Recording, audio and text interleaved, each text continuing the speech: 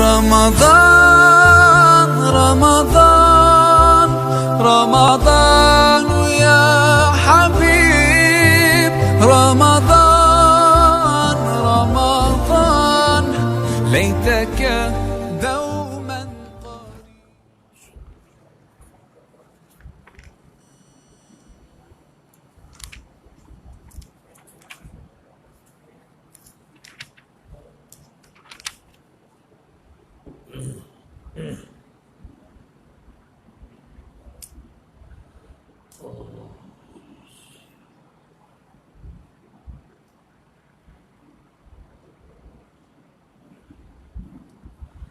أعوذ بالله من الشيطان الرجيم.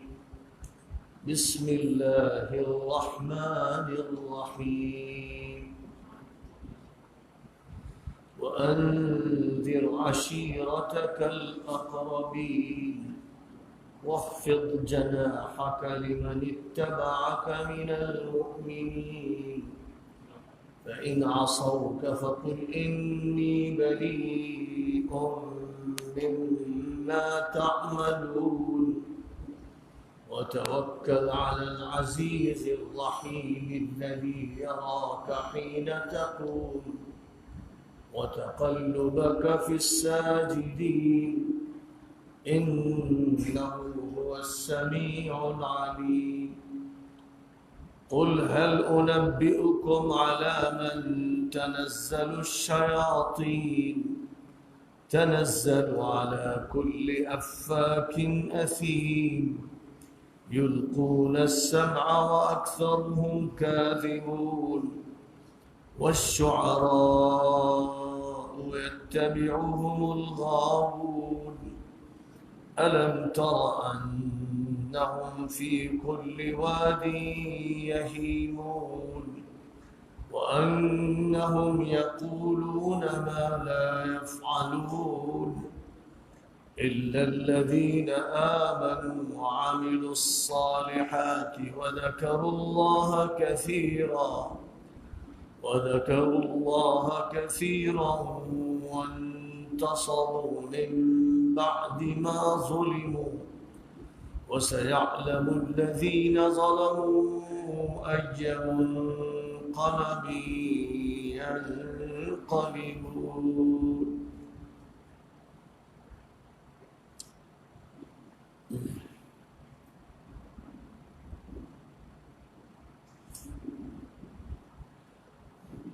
اپنے قریب ترین رشتہ داروں کو خبردار کر دو اور تمہاری اتباع کرنے والے اہل ایمان اور اپنی اتباع کرنے والے اہل ایمان کے لیے شفقت اور تواضع کا خیال رکھو اور اگر وہ تمہاری نافرمانی کریں تو کہہ دو کہ میں تمہارے عمل سے بری ہوں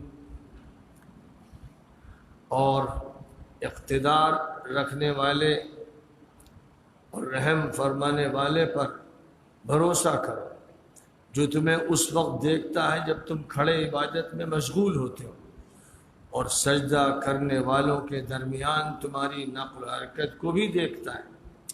بے شک وہ سب کچھ سنتا ہے سب کچھ جانتا ہے. میں تمہیں بتاؤں شیطان کس پر اترتے ہیں؟ وہ ہر جھوٹے الزام تراش اور مجرم پر اترتے ہیں جو ان کے لیے کان لگاتے ہیں اور ان میں اکثر جھوٹے اور غلط کار ہیں اور شاعروں کے پیچھے بھٹکے ہوئے گمراہ لوگ چلتے ہیں. کیا دیکھتے نہیں کہ ہر وادی میں بے مقصد بے منزل نشے میں گھومتے پھرتے ہیں اور وہ کہتے ہیں جس کا ان کے کردار سے کوئی تعلق نہیں، تخیلات کی دنیا میں تکے چلاتے ہیں. وہ شعراء اس صورتحال سے مستثنا ہیں جو صاحب ایمان ہیں، جن کے اعمال اچھے ہیں، جو کثرت سے اللہ کو یاد کرتے ہیں، مناجاتیں کہتے ہیں، نعتیں کہتے ہیں، اسلامی بیداری پیدا کرتے ہیں اور ظلم کے بعد مقابلے کے لیے اٹھ کھڑے ہوتے ہیں اور ظالموں کو پتہ چل جائے گا کہ وہ کس کروٹ پلٹیں گے اور کس عذاب میں ڈالے جائیں گے.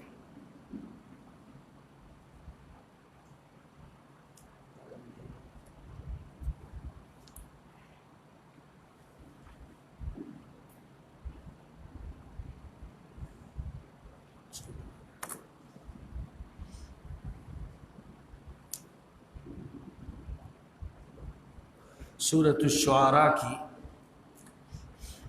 آیات کریمہ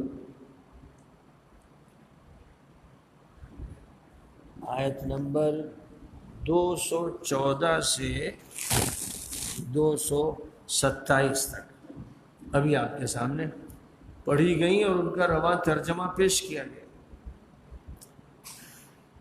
سورۃ الشعراء کا نام تو اس لیے رکھ دیا گیا کہ اس سورہ میں سورہ کے اختتام پر شعراء اسلامی اور ان شعراء کا تذکرہ ہے جو جاہلیت کے نمائندہ ہیں، ان دونوں کے فرق کو واضح کیا گیا ہے، اس لیے سورہ اس نام سے موسوم کر دی گئی، ورنہ جہاں تک سورۃ الشعراء کا تعلق ہے اس میں حضرت موسیٰ کا تذکرہ ہے، فرعون کا ذکر ہے، حضرت ابراہیم کا تذکرہ فرمایا گیا ہے، حضرت نوح کا، حضرت ہود کا، حضرت صالح کا، حضرت لوط کا، حضرت شعیب کا اور ان کی قوموں کا تذکرہ ہے۔ انہوں نے اپنی قوموں کو کس طرح مخاطب کیا اور کیا رد عمل سامنے آیا اس کا مختصر سے ذکر ہے، اور ظاہر ہے کہ ان انبیاء کرام کا قرآن پاک میں مکی صورتوں میں کثرت سے تذکرہ آیا ہے، کہیں پر تفصیل کے ساتھ ہے، کہیں پر اختصار کے ساتھ ہے۔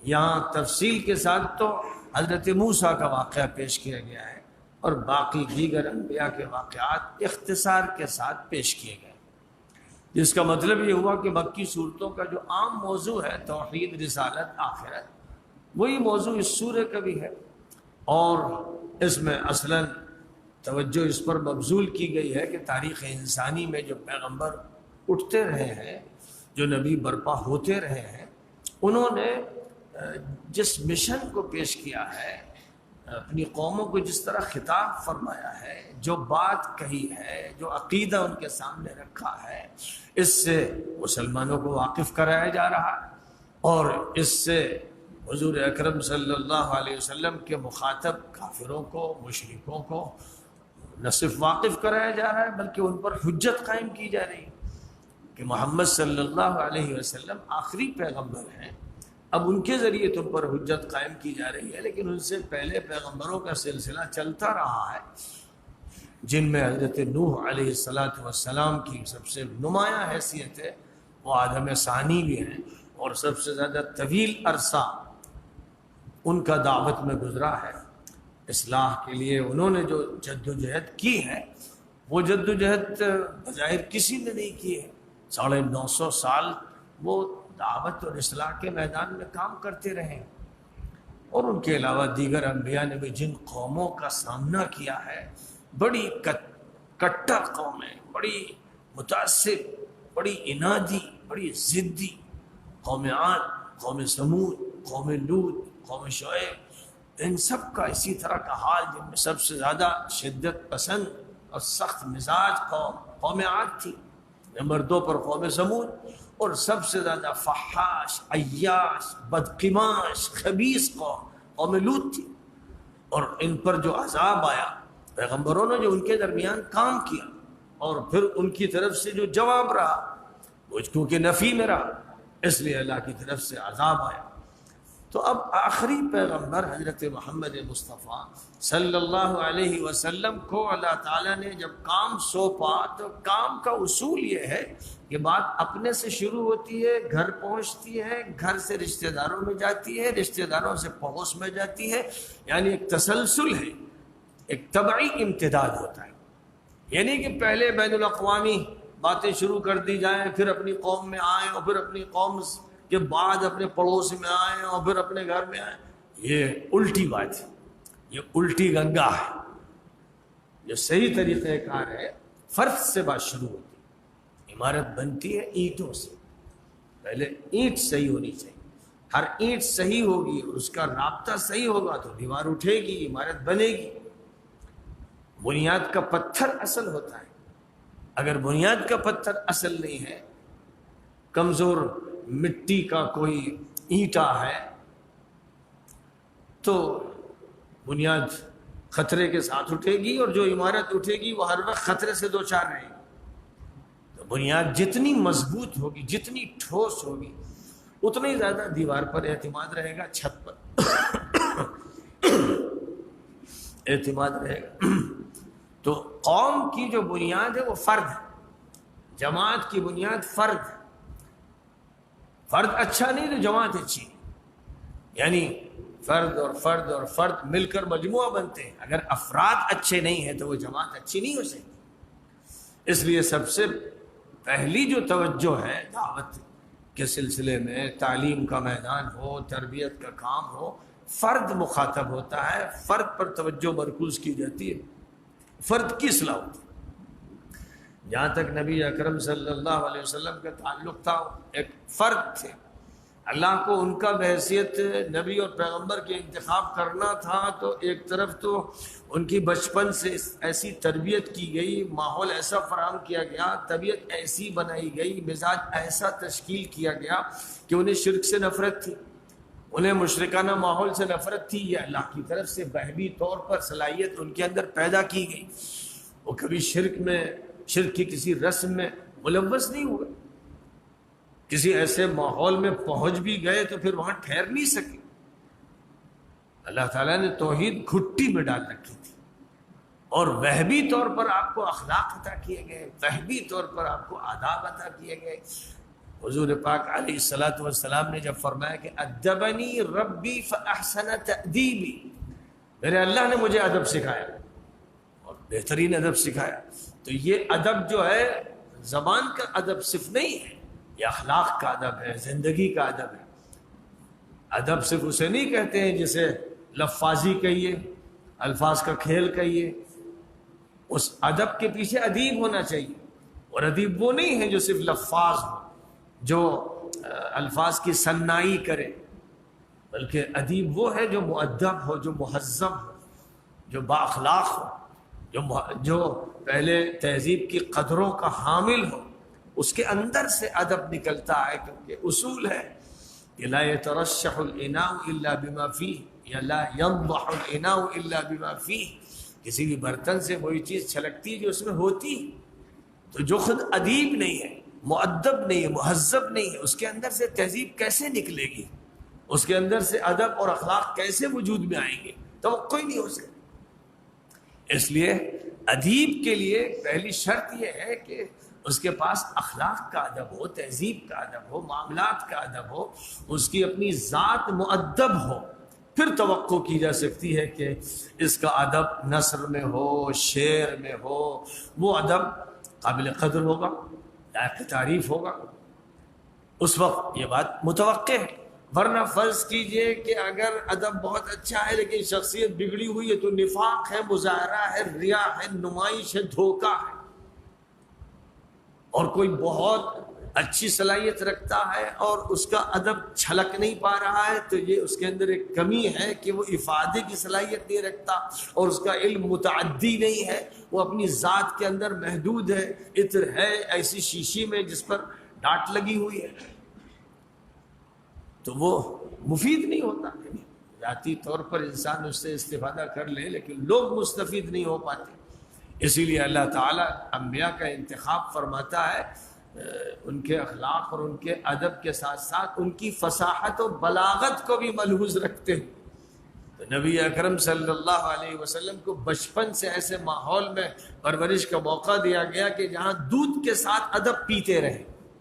جس قبیلے میں انہیں بھیجا گیا تھا وہ قبیلہ بھی ادب میں اور زبان میں معروف تھا، تو آپ نے دودھ پیتے پیتے گویا کے الفاظ ایسے سیکھے جن میں کہیں پر کوئی شائبہ عجمیت کا نہیں تھا، کوئی لگاوٹ نہیں تھی۔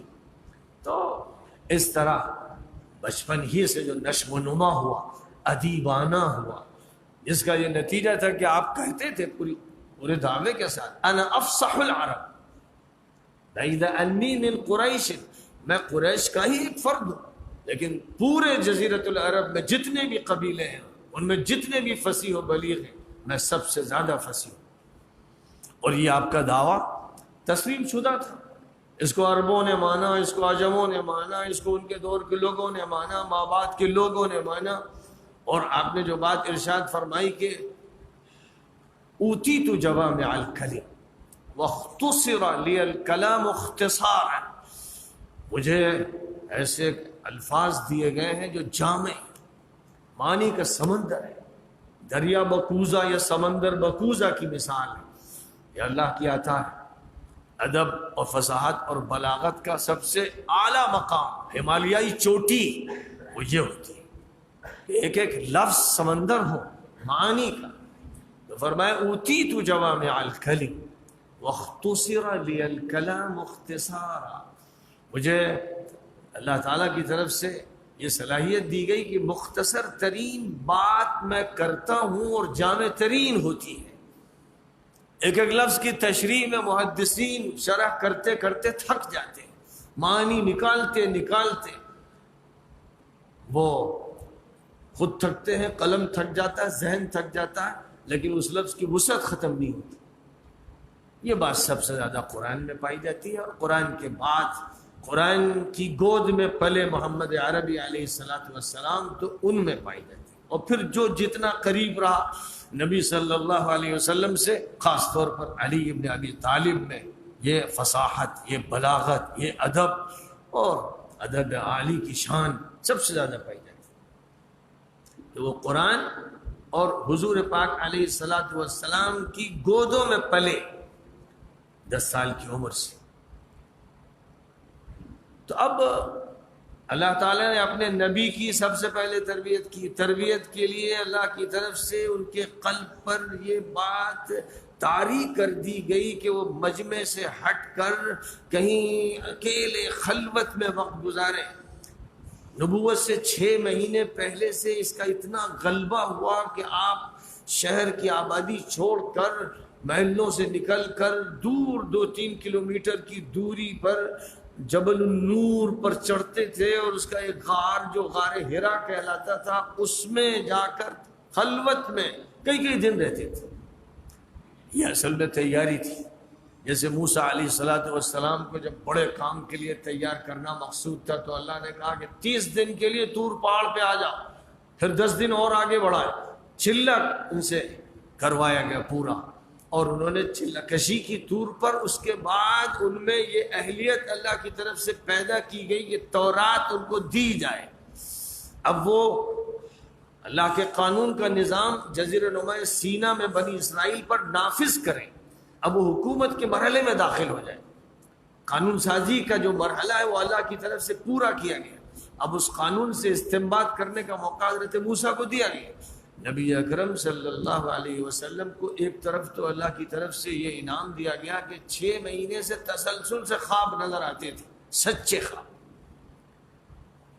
6 مہینے ایسے گزرے کہ حضور خواب دیکھتے تھے. کان یرا رؤیا ما کان یرا رؤیا الا جاءت مثل فلق الصبح. جو خواب دیکھتے تھے وہ بالکل صبح کی سفیدی کی طرح روشن ہو جاتا تھا، یعنی حقیقت بن کے سامنے آ جاتا تھا. آج دیکھا، کل بات واضح ہو گئی، پرسوں بات واضح ہو گئی. جو دیکھا تھا واقعہ بن کے سامنے آ گیا.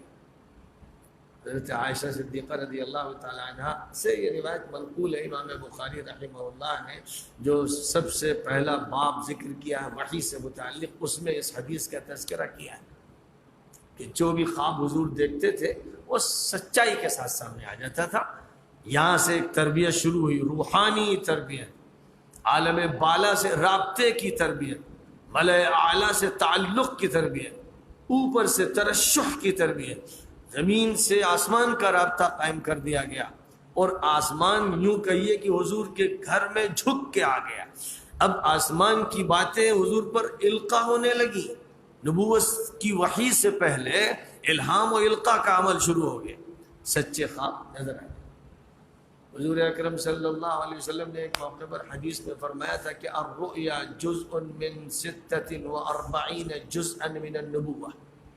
خواب نبوت کے 46 حصوں میں سے ایک حصہ ہے. علماء نے اس سے یہ مفہوم سمجھا ہے کہ نبوت 23 سالہ ہے، اس کو ضرب دیجئے 2 سے تو یہ 46 ہو جاتا ہے، یعنی 6 مہینے 46 بنتے ہیں. اور 6 مہینے یہ کیفیت تھی کہ خواب آپ کو دکھتے تھے وہ سچے خواب. تو اس طرح یہ جو خواب ہے یعنی سچے خواب، صرف خواب نہیں، اب تو کتنے لوگوں کو پیٹ خراب ہونے کی وجہ سے نظر آتے رہتے ہیں، کتنے لوگوں کو دماغ خراب ہوتے ہیں، وہ خواب دیکھتے رہتے ہیں، کتنے لوگ شیطان سے متاثر ہوتے ہیں، ڈراؤنے خواب دیکھتے رہتے ہیں۔ یہ سب جھوٹے خواب ہیں اور بے معنی خواب۔ سچا خواب اور ایک حدیث میں حضور اکرم صلی اللہ علیہ وسلم نے ارشاد فرمایا ہے کہ جو قیامت قریب آتی جائے گی خواب سچے ہوتے جائیں گے۔ عام لوگوں کے قیامت جو قریب آتی جائے گی خواب سچے دکھتے چلے جائیں گے لوگوں کو۔ اس کا مطلب یہ ہوا کہ عالم بالا کے حقائق کی بارش ہوگی، اور اتنا زیادہ عالم بالا سے ظہور ہوگا چیزوں کا کہ بہت سے لوگ دیکھیں گے اور سچے خواب دیکھیں گے۔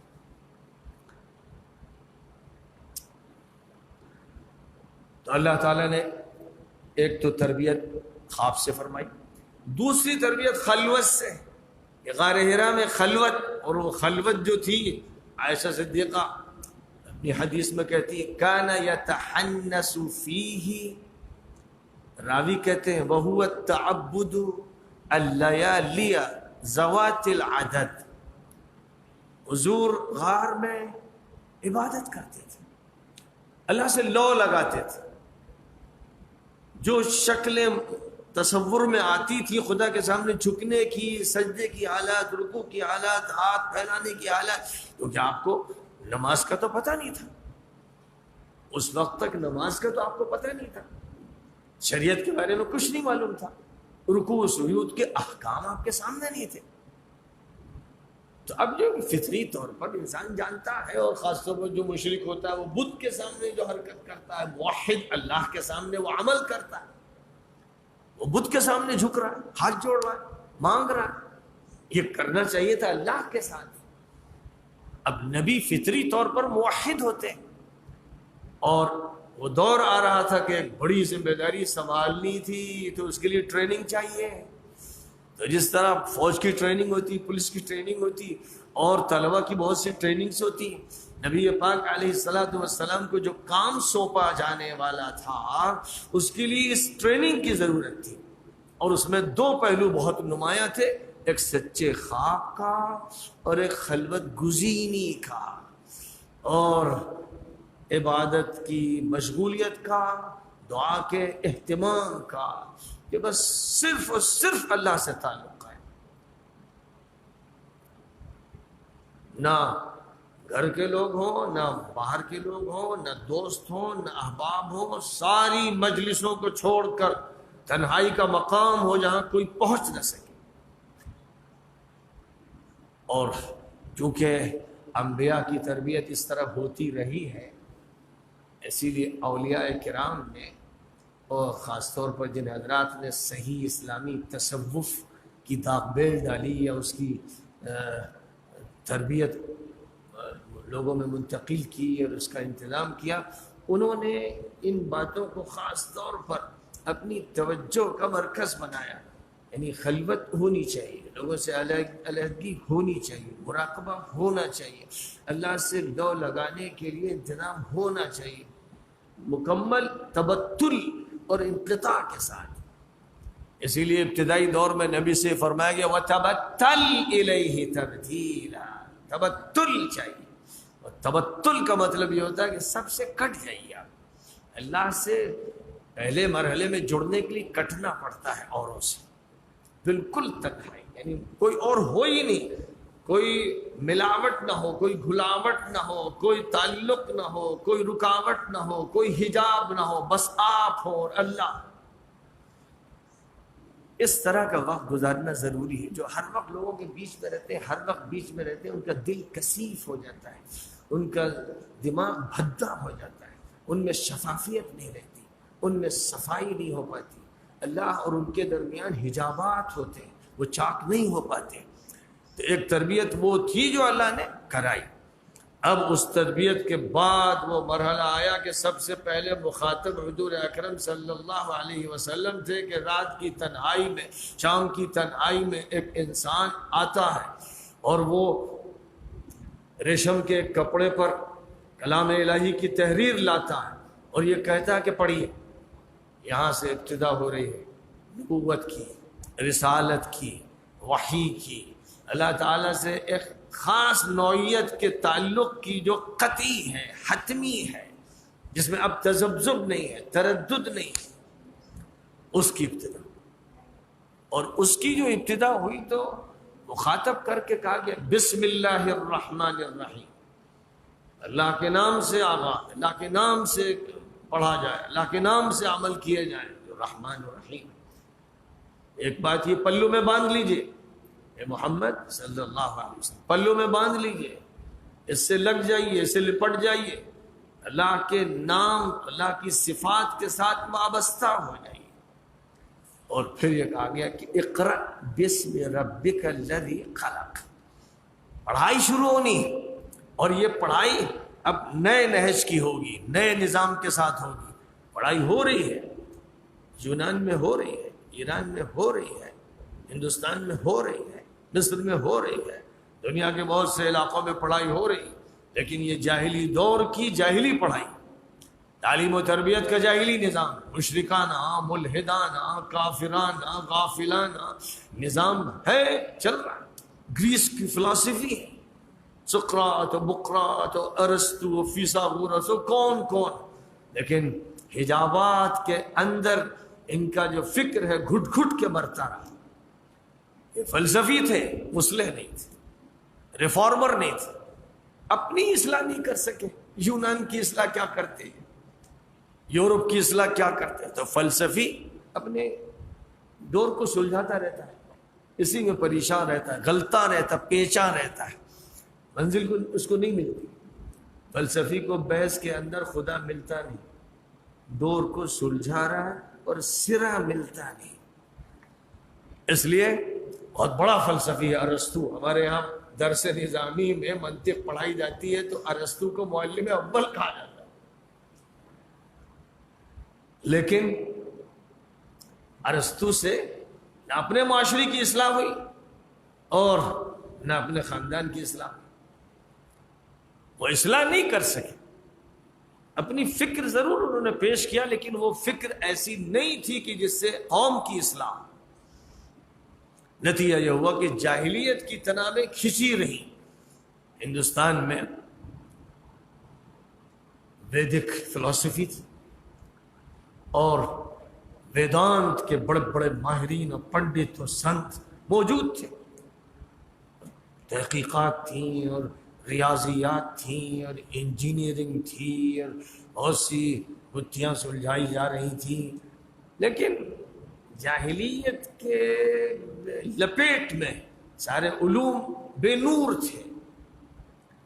یہی صورتحال مصر کی تھی، عراق کی تھی اور ایران کی تھی، جہاں پہلوی لٹریچر تھا، شاہنامے تھے، بڑی ترنگیں تھیں، لیکن جاہلیت ایسی تھی کہ کبھی مصدق کی تحریک چلی تو کبھی معنی کی تحریک چلی، کبھی انسان ایسا بے شتر بے مہار بنا کہ پھر اسے کوئی احساس نہیں رہ گیا کہ ماں ہے یا بہو ہے یا بہن ہے یا بیٹی ہے، سب کی آبروئیں لوٹی گئی، اور مساوات کا ایک ایسا شیطانی اعلان کیا گیا کہ جس میں پھر ماں اور ایک اجنبی عورت میں کوئی فرق نہیں رہ گیا۔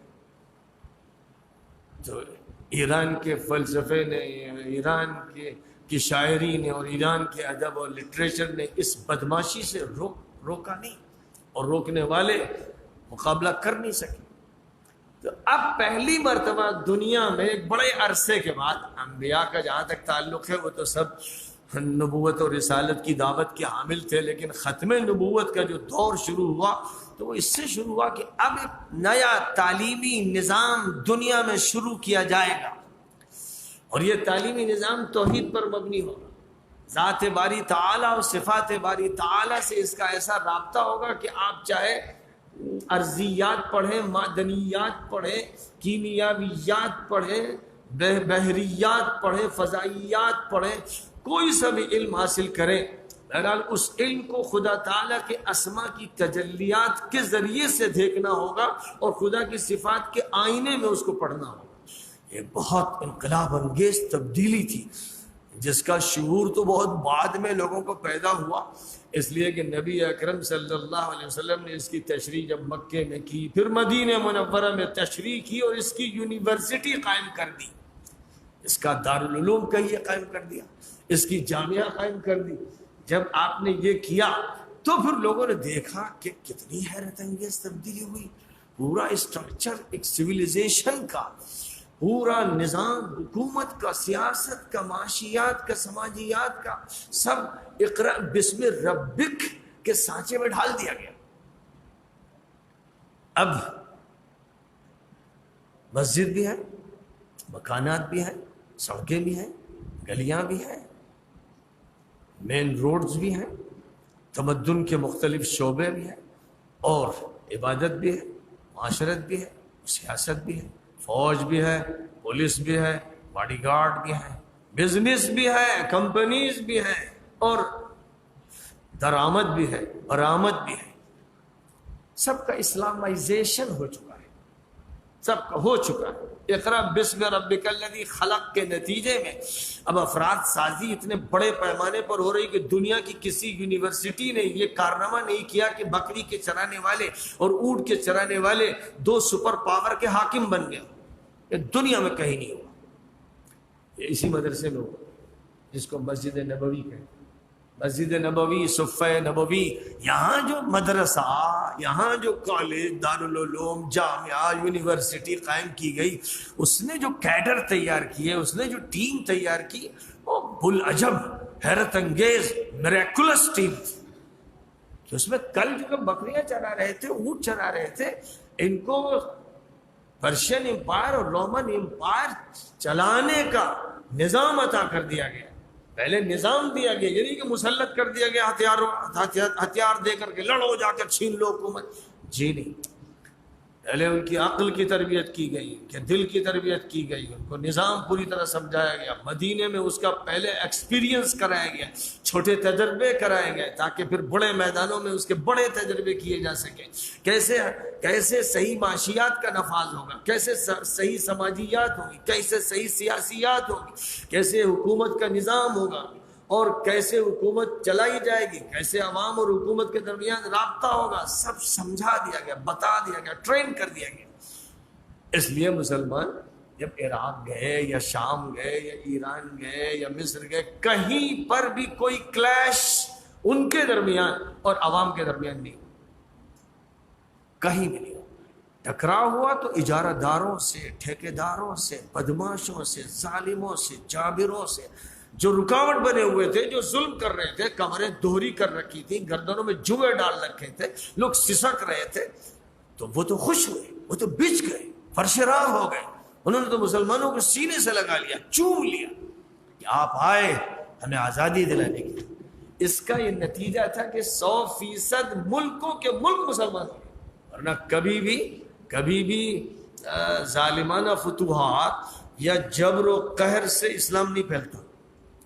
تو جو لوگ ہندوستان میں آئے وہ اس سطح کے نہیں تھے جو سطح حضور کے تربیت یافتہ صحابہ کی تھی، تو وہ گئے تو عراق پورا مسلمان، سیریہ پورا مسلمان، ایران پورا مسلمان، مصر پورا مسلمان، حیرت انگیز انقلاب۔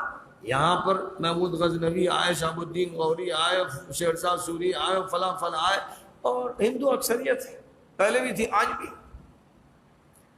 ان میں وہ جاذبیت نہیں تھی، وہ مقناطیسیت نہیں تھی، وہ میریکل نہیں تھا، وہ معجزہ ان کے ساتھ نہیں تھا جو نبی کے پاس تھا اور نبی نے اپنے اس صحابہ کے حوالے کیا تھا۔ تو وہ اس صحبت کے اثر کو لے کر جب منتقل ہوئے تو لوگ خود دیکھ کے حیران تھے کہ یہ کیسے لوگ ہیں، ان کو لگتا تھا کہ آسمان سے فرشتے آ گئے۔ اس لیے ایک جاذبیت کے ساتھ، ایک کشش کے ساتھ لوگ اسلام میں داخل ہوتے چلے گئے، اور بہت تیزی سے داخل ہوئے۔ اور صرف یہ نہیں ہوا کہ اسلام میں داخل ہوئے، کلچر چینج ہو گیا، یعنی عربک لینگویج ان کی مدر لینگویج بن گئی۔ یہ تو دنیا میں ہوتا نہیں۔ ہمارے یہاں 1601 سے انگریز آنا شروع ہوئے، اور 1803 میں دلی پر ان کا جھنڈا لہرانے لگا، اور 1857 میں ملک پر پوری طرح وہ قابض ہو گئے۔ 90 سال انہوں نے جم کر حکومت کی، اس کے باوجود اس ملک کی مدر لینگویج انگلش نہیں ہوئی. یہی صورتحال اور ان لوگوں کی ہوئی کہ جو ترکی زبان بولتے تھے یا فارسی زبان بولتے تھے. تو دربار کی زبان فارسی رہی، ترکی رہی، اور ایک حلقہ اہل علم کا متاثر ہوا. عوام اپنی زبان بولتے رہے. لیکن جب صحابہ کرام مصر گئے، شام گئے، عراق گئے، تو ملک کی زبان چینج ہو گئی. اب آج ہم عراق والوں کو کہتے ہیں عرب ہیں. ارے بھائی یہ عرب کہاں سے؟ عراق والے بابلی ہیں، فینیقی ہیں، سیریا والے آشوری ہیں، مصر کے لوگ قبطی ہیں، الجزائر کے لوگ بربری ہیں، مراکش کے لوگ بربری ہیں. یہ ان کی نسبتیں ہیں. آپ ان کو عرب صاحب عرب صاحب آئے. عرب صاحب کہاں سے ہو گئے؟ لیکن زبان اصل ہوتی ہے، زبان کی تبدیلی سے وہ عرب صاحب ہوتی. اب اگر یعنی صحابہ کرام ہندوستان میں آتے اور پھیلتے اور ان کو فتوحات ہوتی اور یہاں گھلتے ملتے تو یہاں کی زبان بھی عربی ہوتی. یہ بات ایران میں حاصل نہیں ہوئی. یہ ایران کا غرور تھا. ایران کے لوگ جو ہیں وہ اپنی ثقافت کو بدلنا نہیں چاہتے تھے.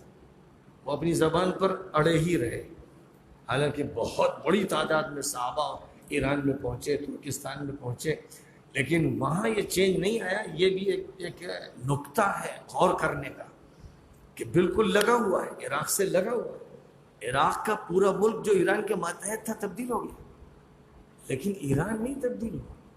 یعنی اس کا مطلب یہ ہوا کہ ایران کے لوگوں میں جو اپنی سپر پاور کی یادیں تھیں اور جو فخر و غرور کی بات تھی کہ انہوں نے اپنے پرشین کلچر کو چینج نہیں ہونے دیا، بلکہ پوری کوشش اس کی کہ اپنے پرشین کلچر اور لینگویج سے عربک لینگویج اور کلچر کو متاثر کریں. اور عربی زبان متاثر ہوئی فارسی سے، بہت سے فارسی الفاظ عربی میں داخل ہوئے. تو یہ بھی ایک موضوع ہے ریسرچ کا ایک موضوع ہے کہ مصر چینج ہو گیا، لیبیا چینج ہو گیا، تیونس چینج ہو گیا، الجزائر ہو گیا، مراکش، پوری پٹی افریقہ کی شمالی پٹی بربری قوموں کی، قبطی قوموں کی عرب قوم بن گئی. یہ ادھر کیوں نہیں ہوا؟ اس لائن میں یہ ایران رکاوٹ بن گیا. ایران کی رکاوٹ کی وجہ سے ترکستان نہیں بدلا، ایران کی رکاوٹ کی وجہ سے سندھ نہیں بدلا، اس کی رکاوٹ کی وجہ سے ہند نہیں بدلا. تو یہ اپنے پرانے کلچر سے وابستہ رہے. یہ تو ضرور ہوا کہ عربی کا فروغ ہوا، بڑے بڑے علماء تیار ہوئے اور خوب زبان پڑھی گئی، بے شمار کتابیں عربی میں لکھی گئیں، یہاں تک کہ ایران کی سرزمین سے تو کئیے بڑے بڑے زبردست قسم کے محدثین پیدا ہوئے.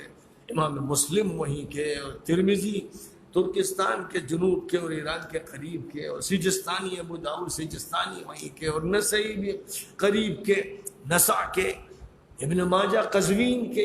ایران اور ایران کے آس پاس کے یہ زبردست جبال علم. ابو حنیفہ عراق کے، اور اصل میں اگر دیکھا جائے پیچھے جائیے تو ایران کے. بخاری ترکستان کے، ازبکستان کے. بخارا میں ازبک زبان چلتی تھی، ازبک کلچر تھا، وہاں سے بخاری وجود میں آئے. اور اسی طرح بڑے بڑے مفسرین اس خطے سے پیدا ہوئے. یہ ہوا، لیکن قومی سطح پر زبان نہیں بدلی، ثقافت نہیں بدلی، وہ موجود ہے.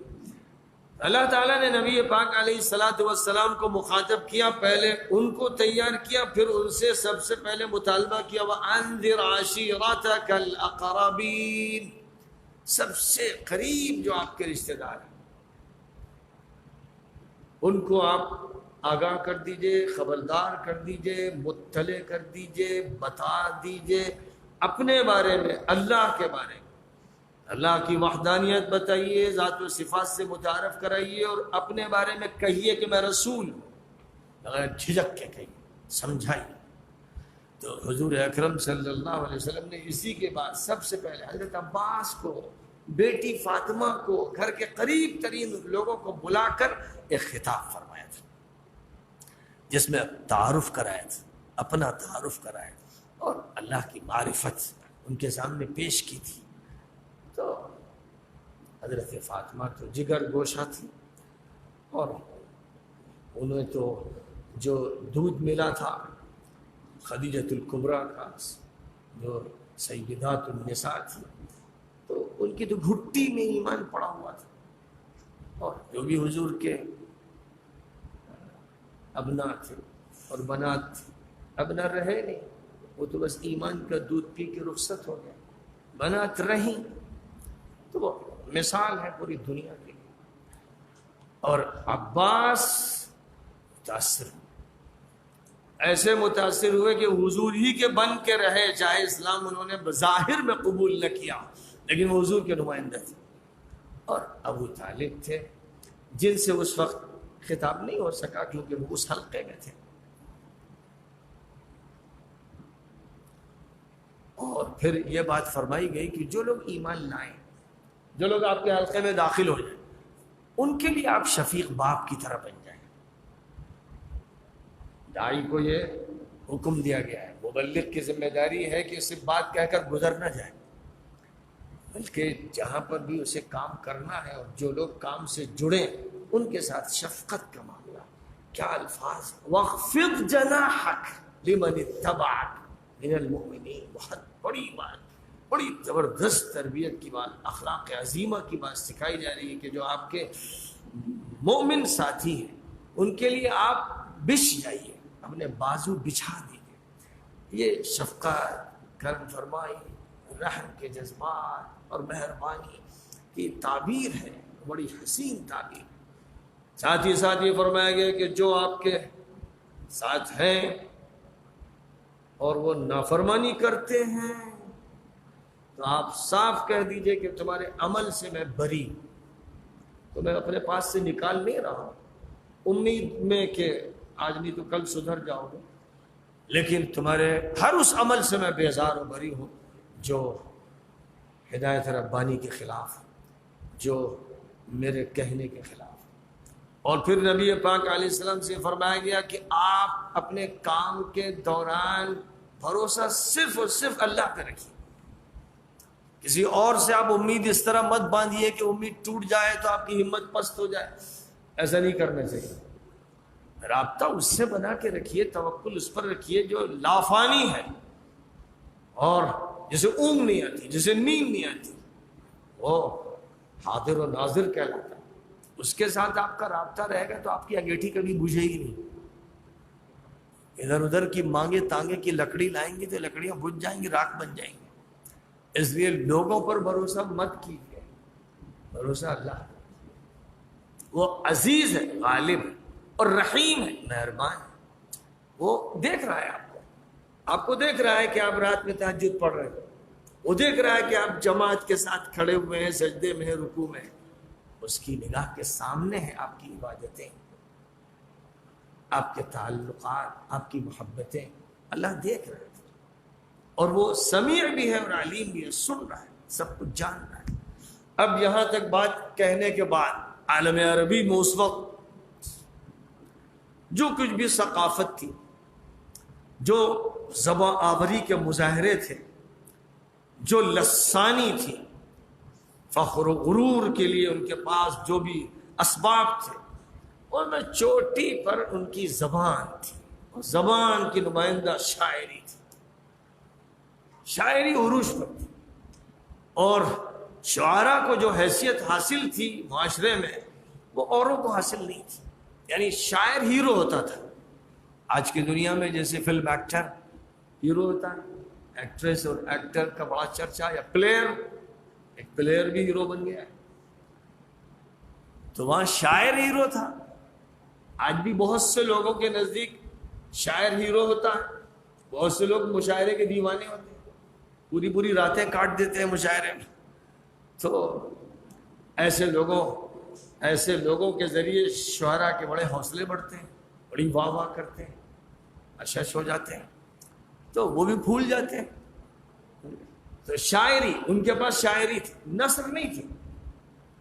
نثر نگاری وہاں نہیں تھی. وہاں تصنیفات اور تالیفات عربی زبان میں، سادہ زبان میں نہیں ہو رہی تھی. ہاں خطابت تھی، نثر کا نمونہ خطابت. اور دوسری طرف شاعری. یہ دو بازو تھے جن بازوؤں کے ذریعے وہ اپنی پرواز کر رہے تھے. اور اپنے بارے میں ان کو بڑا زعم تھا, غرور تھا. کہتے تھے ہم جانتے ہیں بولنا, یہ گونگے بہرے, یہ ایران کے, یہ روم کے, یہ انڈیا کے جانور چوپائے, یہ کیا ہم سے بات کریں گے. تو سب کو عجم کہتے تھے. عجم کا مطلب چوپائے, بے زبان. اپنے کو کہتے تھے عرب, عرب کے معنی فصیح و بلیغ. تو یہ ایک قومی غرور تھا. اور اس قومی غرور کا نتیجہ یہ تھا کہ شاعرہ کو یہ حیثیت حاصل ہو گئی تھی کہ کسی کی شان میں قصیدہ کہہ دیا تو بس اس کے چرچے تذکرے ہر طرف ہو رہے ہیں, ہر مجلس میں وہی موضوع گفتگو ہے.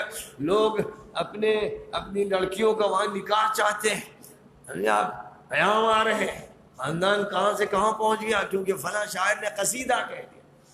اور کسی بڑے شاعر نے کسی کی مذمت کر دی تو ساری عزت کی مٹی پلید ہو گئی اور ذلیل ہو گئے, کوئی حیثیت نہیں رہ گئی, شادیاں توڑ دی گئی, رشتے ٹوٹ گئے, اس لیے کہ فلاں شاعر نے مذمت میں اشعار کہہ دی. یہی وہ شعر و شاعری کا زور تھا اور اس کا نشہ تھا اور اس کا فخر و غرور تھا, جس نے نوبت یہاں تک پہنچائی کہ 7 شاعروں نے اپنے اشعار لکھ کر یا لکھوا کر کعبہ مقدسہ کی اندر کی دیوار پر آویزاں کر دیے. یہ حیثیت ان کو ملی کہ پورے جزیرۃ العرب کا جو مرکز تھا کعبہ مقدسہ, انسانیت کا مرکز, اس کا استعمال شاعری کے لیے ہو رہا تھا. السبع المعلقات جو ہے 7 قصیدے جن کو معلق کر دیا گیا, وہ نام وہیں سے پڑا, وہ صفت وہیں سے ملی. تو اس سے اندازہ لگایا جا سکتا ہے. تو اب شعر و شاعری کا جب یہ زور ہے, یہ تنتنا ہے, یہ دبدبا ہے, تو ایسی شکل میں اس کا رخ متعین ہونا چاہیے. کیونکہ کوئی بڑی شخصیت ہے اور جس کو ہیرو بنا کے پیش کیا جا رہا ہے, اگر اس کا حال یہ ہو کہ وہ کیچڑ میں ہے, وہ دلدل میں ہے, اگر یہ اس کا حال ہو کہ وہ گندگیوں میں, برائیوں میں, تباہ کاریوں میں, نشے میں, جوئے میں, ہر بدقماشی میں, ہر آوارگی میں ہو, اس کی نگاہیں محفوظ نہ ہو, اس کی زبان سے گندے الفاظ نکلتے ہوں, وہ معاشرے کے ساتھ کھلواڑ کرتا ہو, اس کی نگاہیں غیر محرموں میں پڑتی ہو, وہ گھروں کے پردے چاک کرتا ہو, وہ عزتوں کا بازار لگاتا ہو, اگر ایسا ہے تو وہ معاشرہ بہت خطرے میں ہے. وہ معاشرہ پنپ نہیں سکتا, اس میں اچھے اخلاق ہو ہی نہیں سکتے. کیونکہ ٹرینڈ یہ ہو جائے گا نا, آج کا معاشرہ ہے ٹرینڈ ہے فلم, فیشن. فلم ایکٹر کیا پہن رہا ہے, فلم ایکٹر نے بال کیسے رکھے. آپ دیکھیں گے کتنے ایسے نوجوان ملیں گے کہ بندر کو بھی ان پر ہنسی آتی ہوگی. کنارے کے بال کاٹ کر بیچ کے اچھال کر وہ ایسی شکل بناتے ہیں, ایسی غیر فطری مسخ شدہ شکل, گندی ناپاک, جس سے گھن آتی, لیکن انہیں احساس بھی نہیں ہے, وہ اس پر فخر کر رہے ہیں کیونکہ انہوں نے دیکھا فلم ایکٹر کو ایک مرتبہ وہ اس بندر کی شکل میں آیا, کبھی بالکل چست, بالکل جیسے کہ کوئی پٹیاں لپیٹی جائیں, کسی کا پلاسٹر ہو, اس طرح کی پینٹ پہن کے آیا تو وہ بہت فیشن ہو گیا, چست پینٹ. کبھی وہ بیل باٹم پہن کے آیا, خوب چوڑے لہنگے جیسے عورتوں کے ہوتے ہیں لہنگے, وہ پہن کے آ گیا تو ہر طرف چوڑی پینٹ چل گئی. اس کا مطلب یہ ہوا کہ فیشن اسے کہتے ہیں جس کے پیر ہوتے ہیں عقل نہیں, دماغ نہیں. فیشن بے دماغ ہوتا ہے اور اکثر بد دماغ ہوتا ہے. اور آج کی دنیا فیشن کی دیوانی ہے, اور فیشن سینما گھر سے آ رہا ہے, فیشن فلموں سے آ رہا ہے, بالی ووڈ اور ہالی ووڈ اور جتنے بھی ایسے شیطانی اور ابلیسی ادارے ہیں وہاں سے سپلائی کیا جا رہا ہے. تو اس زمانے میں جب شاعروں کو یہ حیثیت حاصل تھی تو وہ جو چاہیں سپلائی کر دیں, نوجوانوں کا ماحول بگاڑ دیں کہ ان کو ساری لذت اس میں ہے کہ شراب کی محفل ہو اور جم کے پی جائے اور جوا ہو اور پھر اونٹ کاٹ کاٹ کے کھلائے جائے, دعوتیں ہوں اور اس پر فخر کیا جائے. وَنَشْرَبُهَا فَتَتْرُكُنَا مُلُوكًا وَنَشْرَبُهَا فَتَتْرُكُنَا مُلُوكًا وَأُسْدًا مَا يُنَهْنِهُنَا اللِّقَاءُ. ہم پیتے ہیں شراب تو ہمارے دماغ بادشاہوں کے ہو جاتے ہیں، شاہی نظر آتی ہے، اور ہم جنگل کے شیر ہو جاتے ہیں، پھر جنگوں کا ہمیں کوئی خوف نہیں رہتا۔ یہ ہے شاعری، یہ ہے لنترانیہ۔ تو ایسے شاعروں کی خبر لی ہے قرآن پاک میں۔ اللہ تعالیٰ نے فرمایا کہ یہ جو شاعر ہیں، اس طرح کے لفاظ اور ترنگے دکھانے والے، لنترانیاں ہانکنے والے، بے عمل، ان کے قول و عمل میں تضاد ہے، ان کا باطن سیاہ ہے، الفاظ کے کھلونے تیار کرتے ہیں، مرغولے اڑاتے ہیں اور واہ واہ لینا چاہتے ہیں، نذرانوں کے منتظر بھکاری، اپنے اشعار بیچنے والے منڈیوں میں جیسے باندیاں اور غلام بیچے جائیں۔ یہ وہ لوگ ہیں مادہ پرست، جن کی زبان کا استعمال ہو رہا ہے بزنس کے لیے، بنیا پن کے لیے، اور جن کے پاس نہ اعلیٰ مضامین ہیں، نہ اخلاق ہے، نہ انبیائی کردار ہے، نہ ان کے پاس آخرت کا کوئی تصور ہے۔ بہکے ہوئے لوگ، نشے پی کر ادھر ادھر محفلوں میں جانے والے اور اٹکتی ہوئی دنیا میں رہنے والے، ایسے شعراء، ایسے ادیب، ایسے ناول نگار، ایسے افسانہ نویس، ایسے فلم ایکٹر، ایسی ایکٹریسیں، ایسے اخباری نامہ نگار، ایسے ایڈیٹرز، ایسے اور ایسے جتنے بھی ہیں ناپاک لٹریچر اور ادب کے ذمہ دار، جو ادب کو گندا کرتے ہیں، زبان کو ناپاک کرتے ہیں، افکار کو بگاڑتے ہیں، ذہنوں کو آوارہ کرتے ہیں، دلوں کو سیاہ کرتے ہیں، معاشرے کی نیکیاں چوس لیتے ہیں اور معاشرے کے اندر برائیوں کو پھیلاتے ہیں۔ ابلیس کے ایجنٹ، شیطان کے شاگرد اور ابلیس کے مجلس شورا کے خفیہ ممبر یا علی الاعلان ممبر، یہ ہیں آج کی لٹریری دنیا کے نمائندہ۔ غلبہ انہی کا ہے، لابیز انہی کی، میڈیا ان کے ہاتھ میں ہے، ٹی وی چینل ان کے، سوشل میڈیا پر ان کا قبضہ ہے، انگلش اخبارات ان کے، ہندی اخبارات ان کے، اور انٹرنیشنل پیپرز ان کے، جرنلز ان کے پیچھے یہودی منصوبے، ان کے پیچھے صلیبی ارادے، ان کے پیچھے بڑی طاقتیں، یہ بکاؤ مال۔ یہ ہیں وہ لوگ، قرآن جن پر چوٹ لگا رہا ہے، ضرب کاری لگا رہا ہے کہ یہ ان بکاؤ مال قسم کے لوگوں سے، اے لوگوں مت متاثر ہونا، ایسے ادب سے مت متاثر ہو، ایسے میڈیا سے مت متاثر ہو، ایسی ناولوں سے مت متاثر ہو، اور ایسے لٹریچر سے مت متاثر ہو۔ آرٹ کالج کے اندر جو فتنے ہیں اور شیطانی نظام کی جو تربیت اور تعلیم ہے، اس سے مت متاثر ہو۔ ان کو اغوا کر لیا ہے وقت کے شیطانوں نے، دجالوں نے۔ یہ اقرأ بسم ربک الذی خلق کے سبق سے محروم ہیں۔ پھر کون ہے جو صحیح ہے؟ فرمایا کہ دوسری طرف وہ ہے الا الذین آمنوا وعملوا الصالحات وذکروا اللہ کثیرا وانتصروا من بعد ما ظلموا۔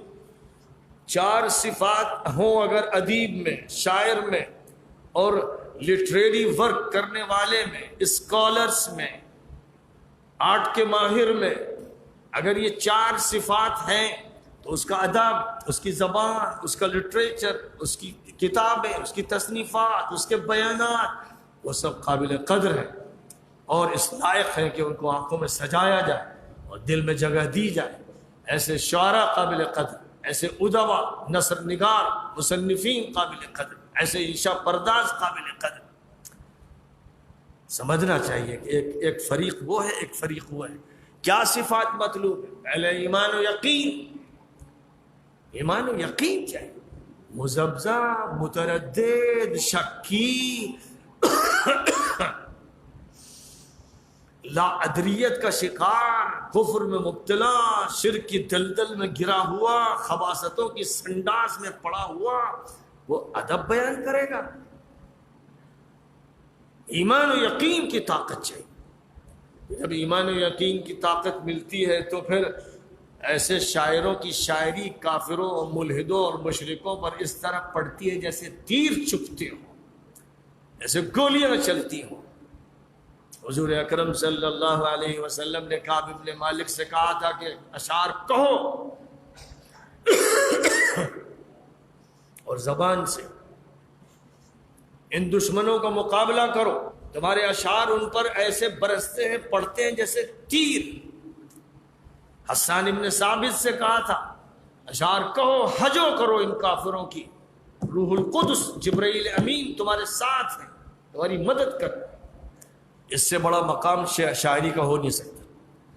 ادب کا اتنا بڑا مقام کسی نے دنیا میں نہ دیا ہو. اب دونوں باتیں سمجھنی ہے. لوگ خلط مبحث کر دیتے ہیں، سمجھتے ہیں کہ شاعری کا انکار ہو رہا ہے. جی بدبودار شاعری کا انکار ہو رہا ہے، گندے ادب کا انکار ہو رہا ہے. ہر وہ ادب و لٹریچر جس سے نوجوان بگڑیں، لڑکیاں بگڑیں، وہ اس قابل نہیں ہے کہ اس کو رواج دیا جائے. تو پہلی چیز ہے ایمان و یقین. اب یہ ایمان و یقین حضور پاک علیہ الصلوۃ والسلام کی تربیت کے نتیجے میں حسان ابن ثابت میں، عبداللہ ابن رواحہ میں، اور کعب ابن مالک میں، اور کتنے ایسے دربار نبوی کے شعراء تھے جن کے اندر پیدا ہوا، اور جن کا اثر کافروں پر ویسا پڑتا تھا جیسے لشکر میں لڑنے والے مجاہدوں کی تلواروں کا، نیزوں کا، بھالوں کا، تیروں کا. یہ چبھن کہا گیا کہ جراحات السہام لالتئام ولا یلتام ما جرح اللسان. چاقو کا زخم، نیزے کا زخم تو بھر جائے گا، مندمل ہو جائے گا. زبان کے زخم ایسے ہوتے ہیں جو مندمل نہیں ہوتے، وہ دائمی ہو جاتے ہیں، وہ لٹریچر کا حصہ بن جاتے ہیں. اب آپ بتائیے جو زخم دیا گیا اللہ کی طرف سے ابو لہب کو، تبت یدا ابی لہب، قیامت تک پڑھا جائے گا. یہ جو چوٹ ماری گئی اس کا مقابلہ ابو لہب اور اس کا لشکر کیا کر سکتا؟ پہلی شرط، پہلی صفت ایمان. دوسری صفت کیریکٹر. ایمان کے مطابق کیریکٹر ہونا چاہیے. انسان کا کیریکٹر، مومن کا کیریکٹر، آزاد انسان کا کیریکٹر، خودی رکھنے والے کا، خودداری رکھنے والے کا. اقبال کی زبان میں خودی اور اقبال کی خودداری اور اقبال کا مرد مومن مثلا قریب کے دور میں وہ ایک مثال ہے، شاعر اسلام کے لیے ایک مثال ہے. اور بہت سے شعراء ہیں، بہت سے شعراء ہیں جو ان کے قریب ہیں یا ان کے طرز پہ بات کرتے ہیں یا کسی اور طرز پہ گفتگو کرتے ہیں، لیکن ایمان و یقین سے لبریز ہے. اکبر الہ آبادی کا انداز الگ ہے لیکن ایمان و یقین سے لبریز ہے. ایمان کا دفاع کر رہا ہے، اسلام کا دفاع کر رہا ہے. شاعری کو انہوں نے وقف کر دیا ہے اسلام کے لیے. تو یہ ہے بولے ایمان، اچھا کیریکٹر. نمبر 3 اللہ کی یاد. اللہ کی یاد، بات جو ہو رہی ہے وہ اللہ کی یاد میں، حمد ہو، نعت ہو، نظم ہو، قصیدہ ہو، ترانہ ہو، شاہنامہ ہو، ہر جگہ ذکر الہی، ذکر الہی کی روح ہے، ذکر الہی کا عطر ہے اللہ کے لیے. تو اللہ کی یاد میں. چوتھی بات وہ شاعری جو باطل کے چھکے چھڑائے، جو کفر کے جنازے نکال دے، جو شرک کے بخیے ادھیڑ دے. وہ شاعری، وہ ادب، وہ زبان، وہ لٹریچر، وہ طاقتور قلم جو دفاع کا کام کرے، حملے کا کام کرے. وَانْتَصَرُوا مِنْ بَعْدِ مَا ظُلِمُوا. اس کا مطلب یہ ہوا کہ لادینی میڈیا کے مقابلے میں اسلامی میڈیا اتنا طاقتور ہونا چاہیے کہ وہ کام کرے جس کو اللہ نے بیان کیا کہ بل نقذف بالحق علی الباطل فیدمغہ فاذا هو زاہق. قرآن میں اللہ فرما رہا ہے اور قرآن کی نسبت سے کہہ رہا ہے کہ ہم حق کی چوٹ باطل کے سر پہ لگا کے اس کا بھیجا پھاڑ دیتے ہیں. یہ ہے قرآن کا انداز جو بکری بن کر میں کرتے ہیں اور گھگیاتے ہیں اور باطل کے مقابلے میں بھی ایسی بات کرتے ہیں کہ لگتا ہے کہ دوست کا قصیدہ پڑھ رہے ہیں. یہ قرآن کی نہ شاعری ہے، نہ قرآن کا ادب ہے، نہ قرآن کی زبان ہے. اگر یہ اس کو اسلام کی طرف منسوب کرتے ہیں کہ اسلام نرمی سکھاتا ہے، فلاں سکھاتا ہے، تو وہ جھوٹ بولتے ہیں. یہ بے حمیتی ہے، یہ بے غیرتی ہے، یہ ذلت ہے. اسلام کبھی اسلام نے نہیں سکھایا. اسلام مقابلہ سکھاتا ہے، اور اسی مقابلے کا نتیجہ ہے کہ ابھی پہلا دن ہے، حضور صفا کی پہاڑی پر چڑھے ہیں اور خطاب فرما رہے ہیں، اور چچا، سگا چچا پلٹ کر جو بات کہہ رہا ہے تو اس پر خاموشی ہوتی. چلو ٹالو بھائی، مسئلے کو ٹال دینا چاہیے. لیکن اللہ میاں ٹالنے کے لیے تیار نہیں ہے. نبی سے کہہ رہے ہیں پڑھیے، پڑھوائیے. تبت یدا ابی لہب وتب ما اغنى عنه ماله وما كسب سيصلى نارا ذات لهب وامرأته حمالة الحطب في جيدها حبل من مسد. اس سے زیادہ سخت مذمت ہو نہیں سکتی. ساری شاعریاں قربان، ساری حجو قربان. یہ اسلوب قرآنی ہوا نا، یہ دیا قرآن نے نمونہ. اب کہتے تو میٹھی میٹھی باتیں کرو، اور پہلا موقع ہے. چچا کے سلسلے میں بات ہو رہی. وَلَا تُطِعْ كُلَّ حَلَّافٍ مَّهِينٍ حَمَّازٍ مَّشَّاءٍ بِنَمِيمٍ مَّنَّاعٍ لِّلْخَيْرِ مُعْتَدٍ أَثِيمٍ عُتُلٍّ بَعْدَ ذَلِكَ زَنِيمٍ أَن كَانَ ذَا مَالٍ وَبَنِينَ إِذَا تُتْلَىٰ عَلَيْهِ آيَاتُنَا قَالَ أَسَاطِيرُ الْأَوَّلِينَ سَنَسِمُهُ عَلَى الْخُرْطُومِ. اتنے زبردست لفظ، اتنے سخت لفظ، اتنے طاقتور لفظ، اور مذمت اور قباحت و شناعت کے بیان میں اتنے مؤثر الفاظ شاید ہی کہیں. آپ موٹی بھدی زبان میں کہیے تو گالیاں. یہ ہے قرآن کی زبان. ان سے کہیے جو ہر وقت میٹھے بول بولتے ہیں اور نرمی کا سبق پڑھاتے ہیں. نرمی کہاں ہونی ہے، اسے سمجھنا ہے. غیرت کا جہاں مسئلہ، حمیت کا مسئلہ، وہاں نرمی بے غیرتی ہے. وہ بے غیرتی ہے. کسی کی آبرو لوٹ لی گئی اور آپ میٹھی میٹھی باتیں کر رہے ہیں. بھائی ہاں خیال رکھنا چاہیے، عورتوں کو پردہ کرنا چاہیے، ان کو بھی نگاہ کی حفاظت کرنا چاہیے. جو یہ زبان بول رہا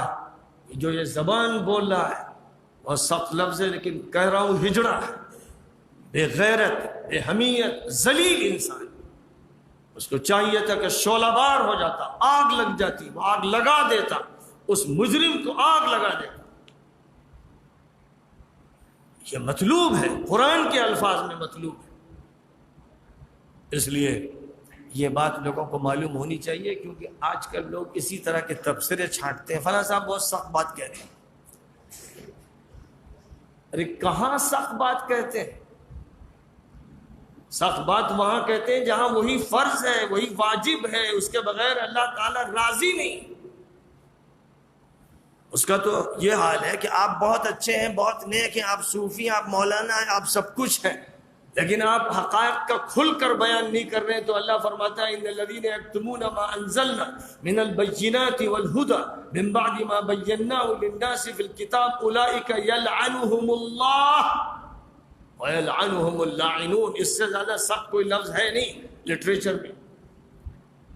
یہاں یہ فرمایا گیا کہ جو ظلم ہو رہا ہے، جو جرم ہو رہا ہے، جو بدماشیاں ہو رہی ہیں، ان پر بات نہیں کرتے، سخت زبان نہیں بولتے، ان پر خدا کی لعنت، فرشتوں کی لعنت، نبیوں کی لعنت. قرآن یہ کہہ رہا ہے.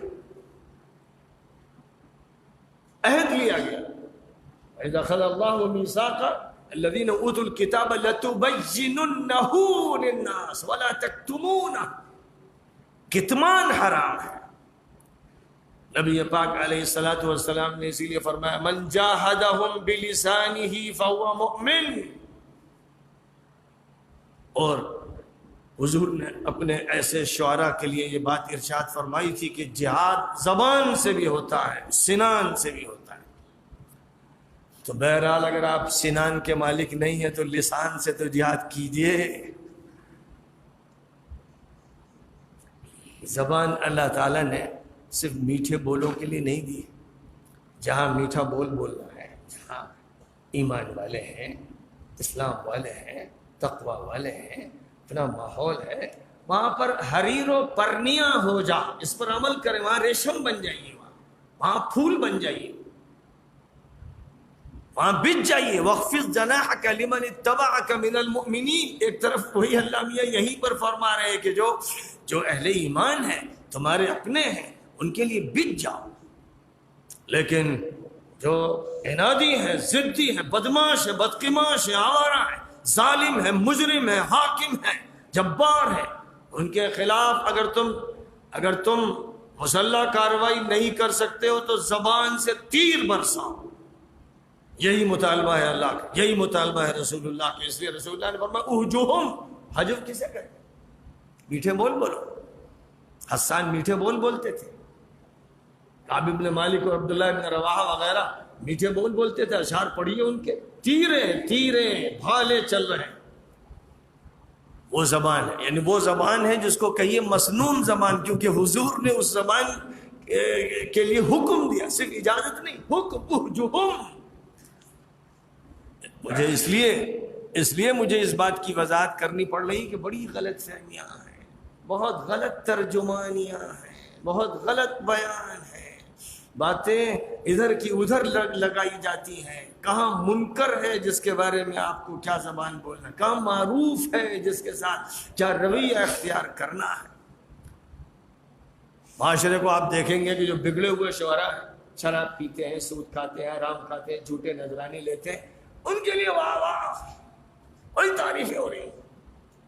اور یا تو وہ شاعر ہے نہیں، اور جو ہیں شاعر اور زبان بولنے والے لکھنے والے جو باطل نظام میں چھید کر دیتے ہیں، ان سے دور رہنے کی باتیں کی جا رہی.